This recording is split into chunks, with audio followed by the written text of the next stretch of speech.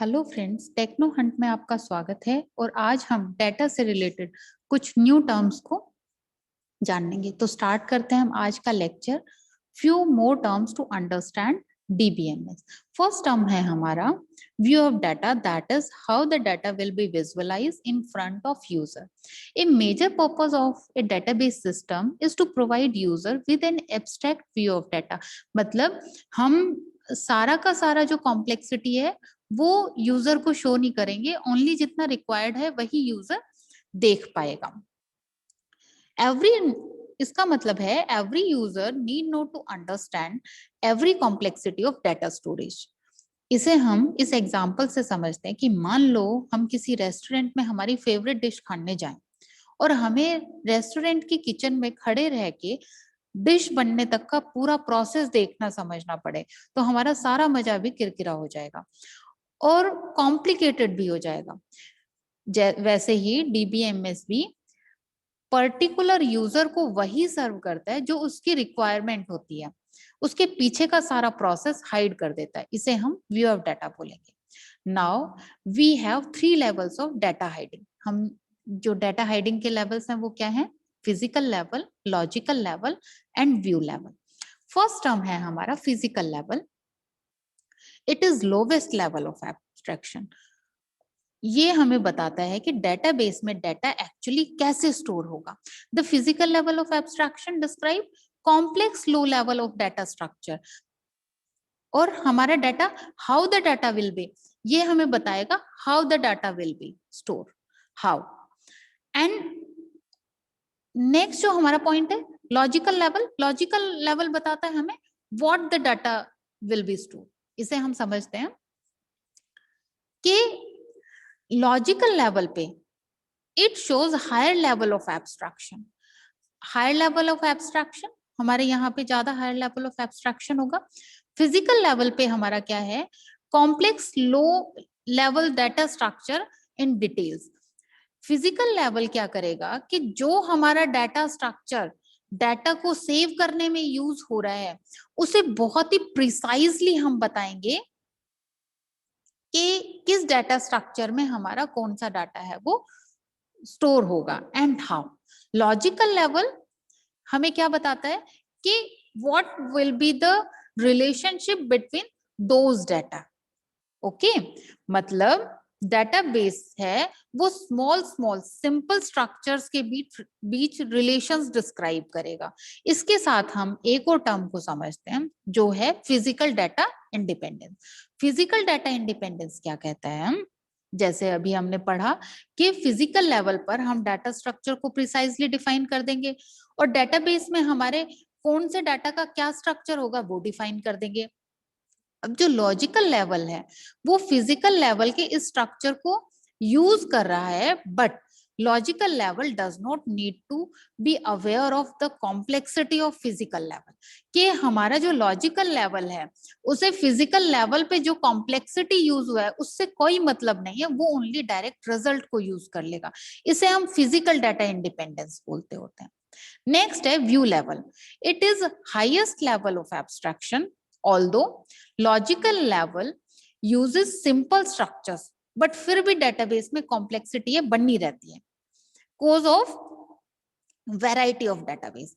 View level पर हमें only one part का ही डाटा दिखाई देता है। इसे हम बोलेंगे the highest level of abstraction describes only part of the entire database. कि हमें ओनली एक छोटा सा पार्ट ही डेटाबेस का दिखाई देगा, even though the logical level uses simple structure. कि हमने लॉजिकल लेवल पे बहुत ही सिंपल जो सिंपल सिंपल स्ट्रक्चर्स हैं वो यूज किए थे, पर फिर भी जो हमारी कॉम्प्लेक्सिटी है वो बनी रहती है। क्यों?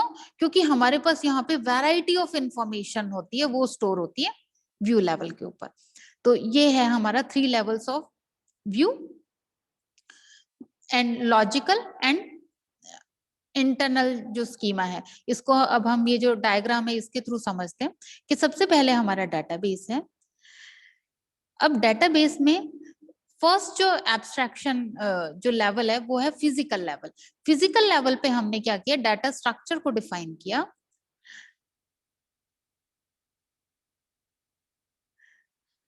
नेक्स्ट जो है हमारा कॉन्सेप्चुअल लेवल या लॉजिकल लेवल, हम इसे दोनों बोल सकते हैं। इसमें हमने रिलेशनशिप बताया।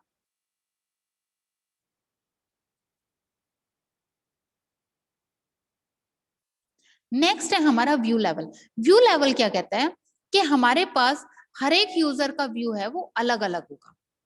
ओके, कि जो मान लो हम नेट बैंकिंग यूज कर रहे हैं,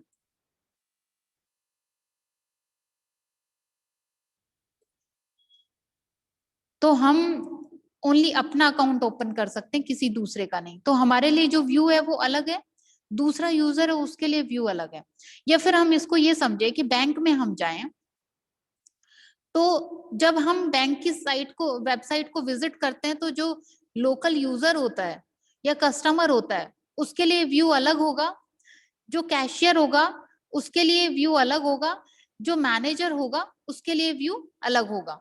तो कस्टमर है उसके लिए कुछ फिक्स स्मॉल एरिया होगा जिसे वो विजिट कर सकता है। कैशियर के लिए कंपैरेटिवली थोड़ा सा लार्ज एरिया हो जाएगा जिसे वो विजिट कर सकता है वेबसाइट में। और जो मैनेजर है उसके लिए कैशियर से भी थोड़ा सा लार्ज एरिया हो जाएगा जिसे वो एक्सेस कर सकता है वेबसाइट से। तो ये व्यू लेवल है कि यहाँ पे 3 यूजर्स हैं जिनको हमने डिस्क्राइब किया और तीनों का जो व्यू है वो अलग अलग होगा। नेक्स्ट आता है हमारा instances and schemas. Instances and schemas, database changes over time as information is inserted and deleted। हम database में कुछ अपडेशन करते रहते हैं, इंसर्ट एंड डिलीट करते रहते हैं। The collection of information stored in the database at a particular moment is called an instance of the data। कि एक जरूरी वक्त पे या किसी एक पर्टिकुलर वक्त के ऊपर जो डाटा स्टोर्ड है उसे हम इंस्टेंस बोलते होते हैं। डेटाबेस की बात करते हैं तो डेटाबेस में जितनी भी इंफॉर्मेशन है विद टाइम चेंज होती रहेंगी या अपडेट होती रहेंगी। So the collection of information stored in the database at a particular moment is called an instance of the database. देखो, हमारी जो इंफॉर्मेशन है वो चेंज होती रहती है विद टाइम, बट जो डिजाइन है डेटाबेस को जो सेव करता है वो सेम रहता है, इसे हम बोलेंगे schema. The overall design of the database is called the database schema। कि हमारा पूरा डिजाइन है वो डेटाबेस स्कीमा हो गया और किसी पर्टिकुलर मोमेंट के लिए जो वैल्यू है वो इंस्टेंस हो गई। इसे हम एक एग्जांपल से समझ सकते हैं कि मान लो मैं बताऊं कि क्यूब का वॉल्यूम हम फाइंड आउट कर रहे हैं, cubes volume equals to a cube. अब मान लो let a equals to 4, then volume equals to 4 into 4 into 4 equals to 64, a equals to 4 meter, then volume equals to 64 meter cube। At next level, let a equals to 3 meter, volume equals to 3 into 3 into 3 equals to 27 metre cube. तो इसे हम ऐसे समझ सकते हैं कि जो schema है वो क्यूब है उसका वॉल्यूम, और इंस्टेंस है वो वैल्यू है कि वो वैल्यू हमारी चेंज हो रही है बट फॉर्मूला तो सेम ही है। तो इसी तरह से कि जो फॉर्मूला हमने डिफाइन कर दिया डेटाबेस के लिए वो स्कीमा हो गया, और जो उस इंस्टेंस के ऊपर हम वैल्यूज पुट कर रहे हैं वो इंस्टेंस हो गया। नेक्स्ट है physical schema, describe the database design eight physical level. Physical schema हमारा क्या होगा कि डिस्क्राइब करेगा डेटाबेस के डिजाइन को फिजिकल लेवल के ऊपर। लॉजिकल स्कीमा है वो डेटाबेस के डिजाइन को लॉजिकल लेवल के ऊपर डिस्क्राइब करेगा। नेक्स्ट हमारा पॉइंट आता है data models. The structure of a database is the data models. कि जो हमारा डेटा मॉडल्स है वो क्या है, स्ट्रक्चर है डेटाबेस का। एक collection of conceptual tool for describing data, data relationship, data semantic and consistency constraints। A data model provides a way to describe the design of a database at the physical, logical and view level. यहाँ हमारे पास 4 data models हैं जो जिसमें से total 6 data models हैं, जिसमें से 2 data models हैं प्रेजेंट सिनेरियो में यूज नहीं होते. फर्स्ट है network data model and next है हिरार्चिकल डाटा मॉडल्स.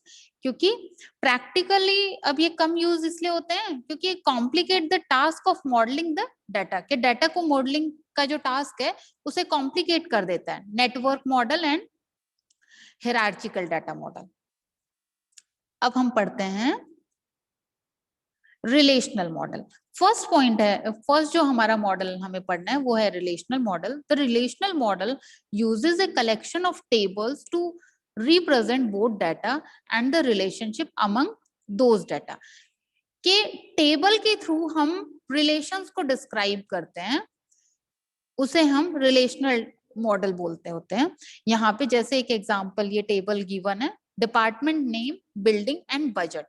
यहाँ पे हमारे पास कंप्यूटर साइंस डिपार्टमेंट है, ये वॉटसन बिल्डिंग में एग्जिस्ट करता है एंड इसके पास बजट है 1.5 लाख. नेक्स्ट है मैथमेटिक्स डिपार्टमेंट है, टेलर बिल्डिंग में एग्जिस्ट करता है एंड 2 लाख इसका बजट है. फिजिक्स डिपार्टमेंट है, पेंटर बिल्डिंग में है और 1 लाख इसका बजट है. तो ये हमारे पास एक पूरा रिलेशन शो कर रही है ये टेबल. नेक्स्ट जो हमारा है एंटिटी रिलेशनशिप मॉडल.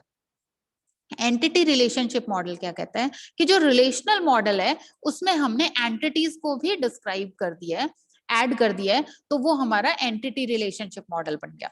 तो sorry, entity relationship data model uses a collection of basic objects called entities and relationship among these objects. कि जो एंटिटी रिलेशनशिप डाटा मॉडल है वो क्या करता है कि बेसिक ऑब्जेक्ट्स के कलेक्शन को रखेगा और उनके बीच में जो रिलेशनशिप है वो बताएगा. जो ऑब्जेक्ट्स हैं, बेसिक ऑब्जेक्ट्स हैं, वो उनको हम क्या बोलते होते हैं, entity. An entity is a thing और object in the real world that is distinguishable from other objects. There are 2 types of entities. 2 type की एंटिटीज होती हैं, एक है इंटेंजिबल, दूसरा है tangible. Intangible entities which exist logically, कि ये हमारे पास लॉजिकली होंगी. फॉर एग्जाम्पल रोल नंबर होगा, वो हमारे पास लॉजिकली प्रेजेंट होता है. अकाउंट्स नंबर है, bank accounts number logically present होता है. ये हमारी लॉजिकल एंटिटीज है.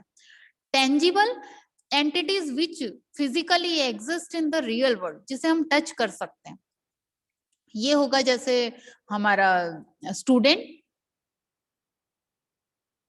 Teacher etcetera.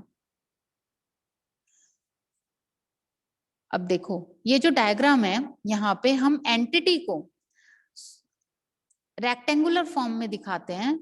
ये हमारे पास डायमंड शेप में जो है ये हमारा रिलेशन है, कोर्स है ये हमारा एक एंटिटी है, नेम है ये हमारा एट्रीब्यूट है. एट्रीब्यूट को हम ओवल शेप में एलिप्टिकल फॉर्म में दिखाते होते हैं, ये हमारा एट्रीब्यूट है, ये हमारी एंटिटी है, ये भी एंटिटी है और ये है हमारा रिलेशनशिप.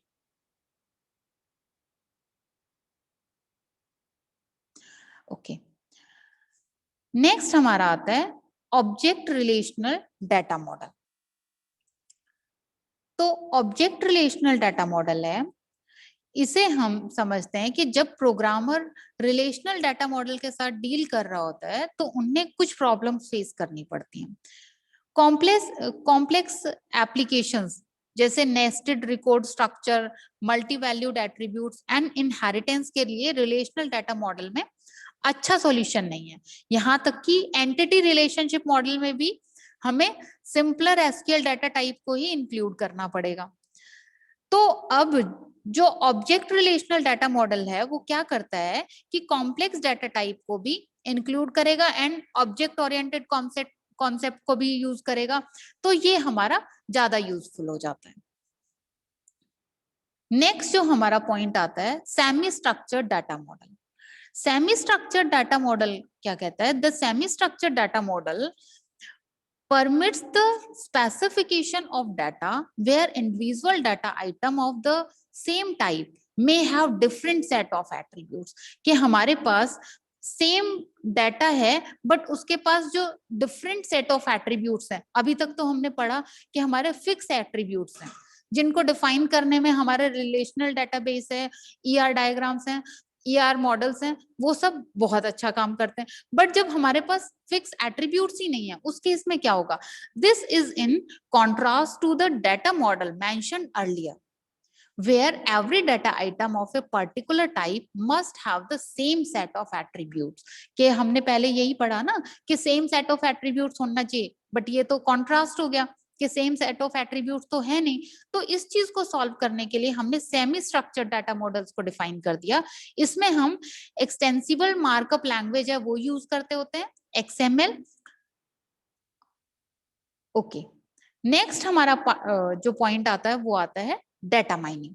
डेटा माइनिंग क्या कहता है? Data mining refers loosely to the process of semi automatically analysing large database to find useful pattern.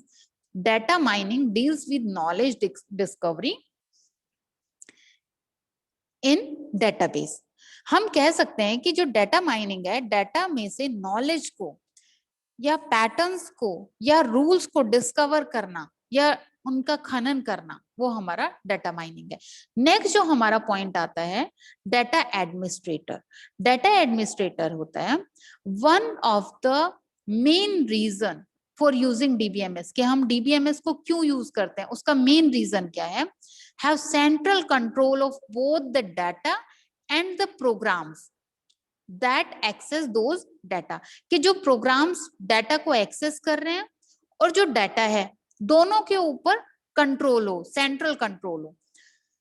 A person who has such central control, कि जो पर्सन है जिसका सेंट्रल कंट्रोल होगा डाटा पे भी एंड प्रोग्राम पर भी ओवर द सिस्टम, उसे हम डेटाबेस एडमिनिस्ट्रेटर बोलेंगे।